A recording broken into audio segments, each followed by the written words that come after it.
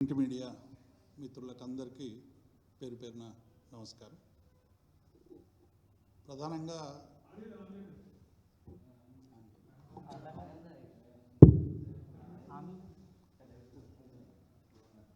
2-3 అంశాలు నిరుద్యోగులకు సంబంధించి,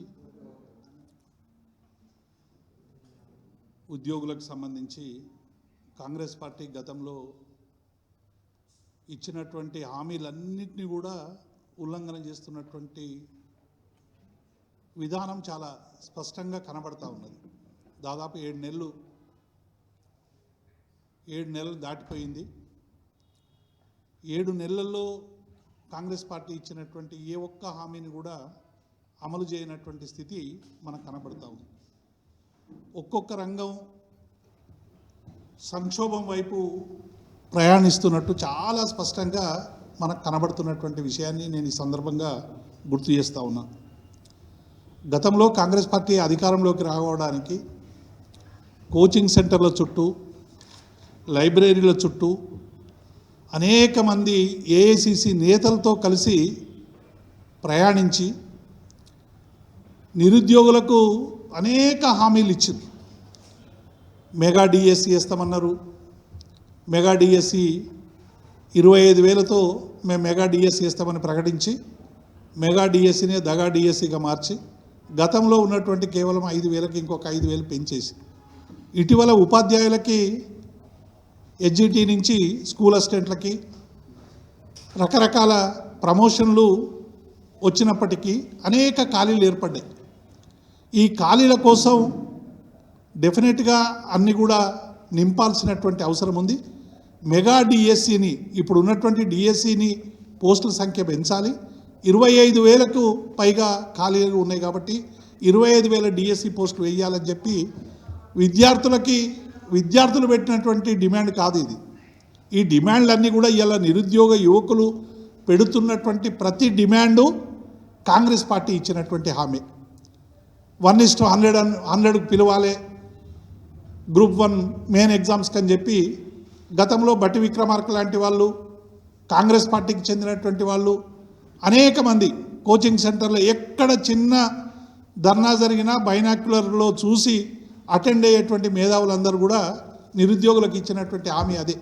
1:100 ఇస్తామని చెప్పి ఇలా మోసం చేసి ఇక కేవలం 1:50 మాత్రమే పిలుస్తామని చెప్పి ఇలా నిర్లజ్జగా ప్రకటించడం అనేటువంటిది నిరుద్యోగ యువకులని మోసం చేయడం కాదా అని మేము ఈ ప్రభుత్వాన్ని ప్రశ్నిస్తూ ఉన్నాం.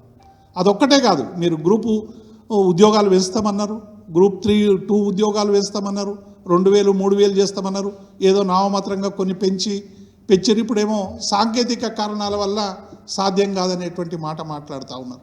కాబట్టి ఇవన్నీ కూడా చూస్తూ ఉంటే ఇవాళ చాలా స్పష్టంగా కనబడుతున్నది ఏంటంటే నిరుద్యోగులకు సంబంధించినటువంటి అన్ని హామీలని ఇవాళ గోతి దవ్వి పాతి పెడుతున్నట్టుగా చాలా స్పష్టంగా కనబడతా ఉంది. ఇప్పటికైనా ప్రభుత్వం ముందుకు రావాలి. నిరుద్యోగ యువకులందరూ కూడా రోజు మనం చూస్తూ ఉన్నాం, తెలంగాణలో రోజు టీజీపీఎస్సీ ఆఫీస్ దగ్గర కావచ్చు, రకరకాల ఉద్యమ కేంద్రాల దగ్గర నిరుద్యోగ యువకులందరూ కూడా పెద్ద ఎత్తున వచ్చి తమ న్యాయమైనటువంటి డిమాండ్లు పరిష్కరించాలని ఈ ప్రభుత్వానికి మొరబెడతా ఉంటే వాళ్ళని అన్నింటినీ రకరకాల ముద్రలు వేసి మీరు రాజకీయ పార్టీ వాళ్ళు, మీరు పలానా వాళ్ళు, ఎవరో రెచ్చగొడుతున్నారు, ఏమో చేస్తున్నారు అని చెప్పి ప్రతిపక్షాల మీద ఎదురుదాడి చేసే ప్రయత్నం చేస్తున్నారు తప్ప మేము ఇచ్చిన హామీని అమలు చేస్తామనేటువంటి ఒక విశ్వాసాన్ని ఇవాళ ఇవ్వలేకపోతున్నారు. మీరు జాబ్ క్యాలెండర్ ఎవరు అడిగినారు? మీరే మేనిఫెస్టోలో పెట్టినారు. జాబ్ క్యాలెండర్ ప్రకటిస్తామని చెప్పినారు. జాబ్ క్యాలెండర్ ఏది? ఇలా జాబ్ క్యాలెండర్ ఊసలేదు. ఏది దేనికి సంబంధించినటువంటి ఇది కూడా ఇలా లేనటువంటి పరిస్థితి కనబడతా ఉంది. కాబట్టి ఇప్పటికైనా ప్రభుత్వం జాబ్ క్యాలెండర్ ప్రకటించాలి, మెగా డిఎస్సి చేయాలి. అట్లాగే నిరుద్యోగ యువకులందరికీ మరి మీరు అందరూ అరెస్ట్ చేసి రోజు పోలీస్ స్టేషన్లకు తీసుకుపోయి మళ్ళీ మాట్లాడుతూ ఉన్నారు. ఇలా నిర్బంధాన్ని వేస్తూ ఉన్నారు. నాయకులు ఎవరు కలుస్తలేరు. వాళ్ళు చెప్పినారు, చాలామంది నిరుద్యోగ యువకులు మాట్లాడుతూ ఉన్నారు, సార్ మమ్మల్ని అందరినీ 30 రోజులు మా కోసం పనిచేయమని కాంగ్రెస్ నాయకులందరూ బతిలాడినారు. మేము నమ్మినాం, గడప గడప తిరిగినాం, ఇల్లు తిరిగినాం, మా అయ్యకు చెప్పినాం, అవ్వకు చెప్పినాం, అమ్మమ్మకు చెప్పినాం, బామ్మకు చెప్పినాం కాంగ్రెస్ పార్టీకి ఓటేయమని. ఎట్లాగో మాకు మీరు ఓటేయకుండా మాకు ఉద్యోగం రాదని చెప్పినాం. ఏదో మనకి ఉద్యోగం వస్తుందని చెప్పి మా ఓట్లన్నీ దండుకున్నటువంటి వీళ్ళు ఇవాళ ఉద్యోగం ఇవ్వలేనటువంటి స్థితి వచ్చిందనేటువంటి ఒక భావన చాలా స్పష్టంగా కనబడతాము. కాబట్టి వీటిని అన్నింటినీ కూడా ఇవాళ మేము ఈ ప్రభుత్వాన్ని డిమాండ్ చేస్తూ ఉన్నాం. నిరుద్యోగుల యువకుల ఉసురు తలవకుండా చూసుకోండి. మొదలు మెగా డిఎస్సిని ప్రకటించాలి. 1:100 టెక్నికల్గా సాధ్యం కాదంటే మరి మీరు అన్నీ సాధ్యమవుతున్నాయి కదా. కేసీఆర్ పరిపాలనలో ఉన్నటువంటి ఆనవాళ్ళన్నీ చెరిపేస్తామంటూ రకరకాల పేర్లతో చేస్తూనే ఉన్నారు కదా. దీనికేం ముట్టింది? మీరు నోటిఫికేషన్ ఇచ్చే ముందు ఉద్యోగులకు ఏం ఆకాంక్షలకు ఏమి ఇచ్చినాం మేము, ఆ ఇచ్చిన ఏంటి అని చూసుకొని మీరు ప్రకటించాల్సినటువంటి బదులు ఏం కాదు అయిపోయింది, మేము 5 ఏళ్ళ అధికారంలోకి వచ్చినాం, ఏం చేస్తారో చేసుకోండి అనేటువంటి పద్ధతిలో ఇలా ప్రభుత్వం వ్యవహరించడం అనేటువంటిది మంచిది కాదనే విషయాన్ని మేము ఈ సందర్భంగా గుర్తు చేస్తూ ఉన్నాం. అట్లాగే ఉద్యోగులకు సంబంధించి కూడా ఇలా ఈ 2 వర్గాలు కాంగ్రెస్ పార్టీని అధికారంలోకి రావడానికి ముఖ్య కారణమైనవి. అటు నిరుద్యోగులైనా ఉద్యోగులైనా ఈ 2 కూడా చాలా స్పష్టంగా ఈ 2 వర్గాలకు సంబంధించినటువంటి ఇష్యూస్ అనేకం రోజు రోజు రోజు రోజు పెరిగిపోతూ ఉన్నాయి. మరి ఎక్కడ కూడా ఉద్యోగులకు సంబంధించి పిలిచి మాట్లాడింది లేదు, సమస్యలు పరిష్కరించింది లేదు.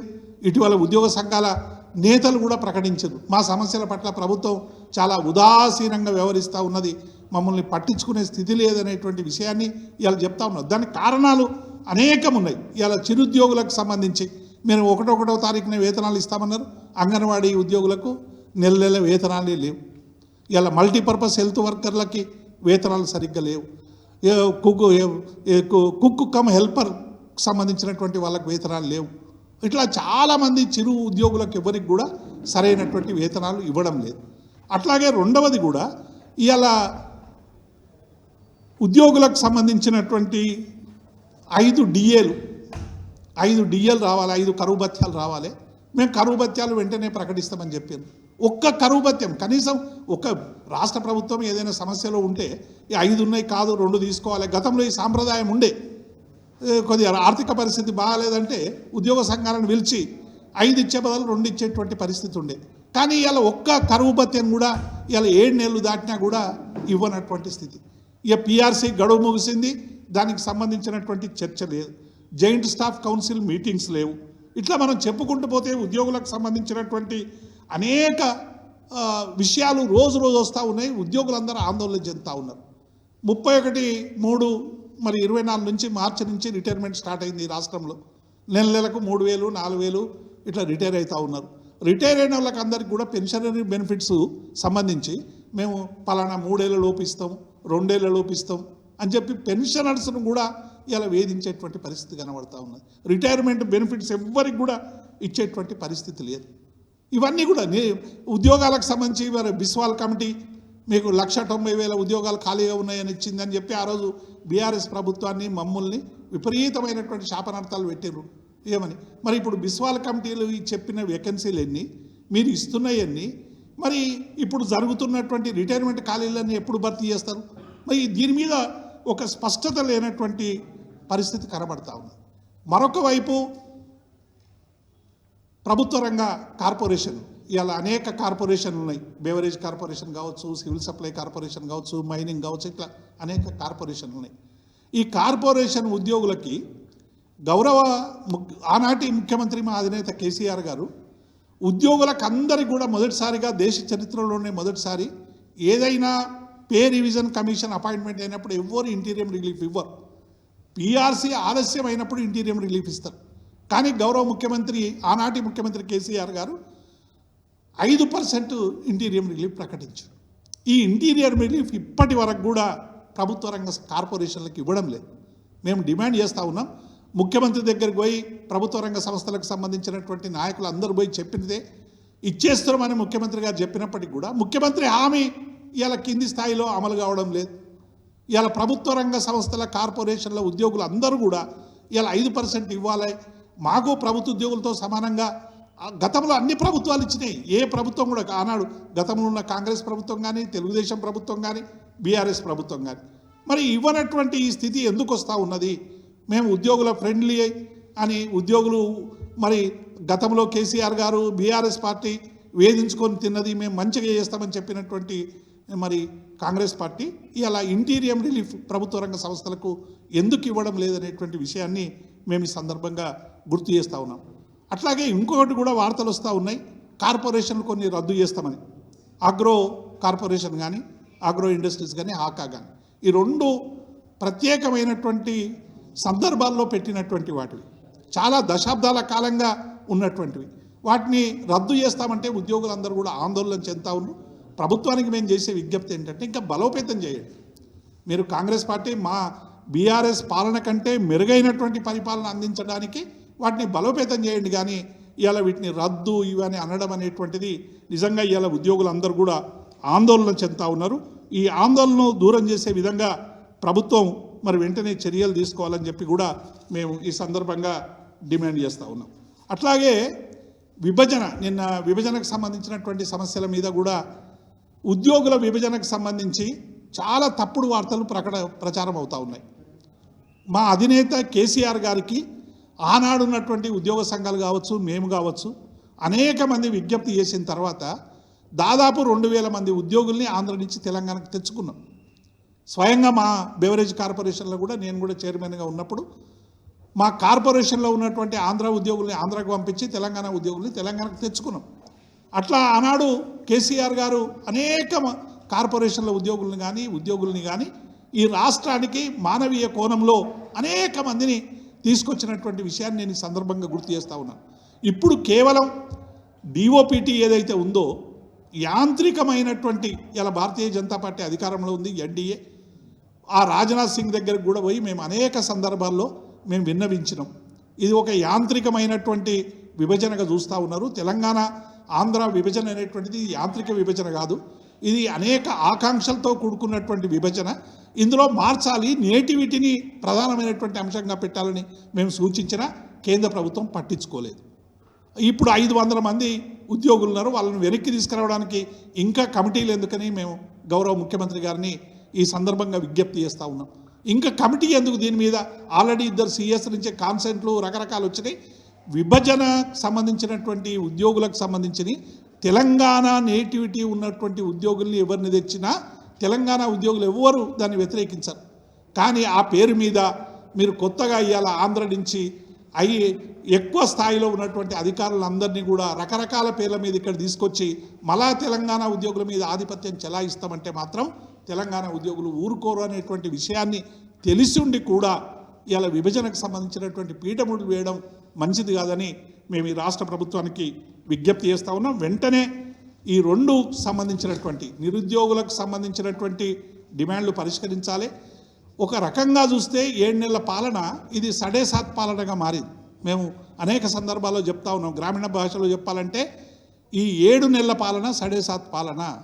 ప్రజలు అనేక ఆకాంక్షలతో ప్రభుత్వాన్ని తెచ్చుకున్నారు. ఈ ప్రభుత్వం అనేక ఇస్తుందన్నారు. ఏ ఒక్క వర్గం కూడా ఇవాళ సరైనటువంటి రీతిలో సంతృప్తికరంగా లేదు. అన్ని వర్గాలు రోడ్డు మీదకి ఎక్కుతా ఉన్నాయి.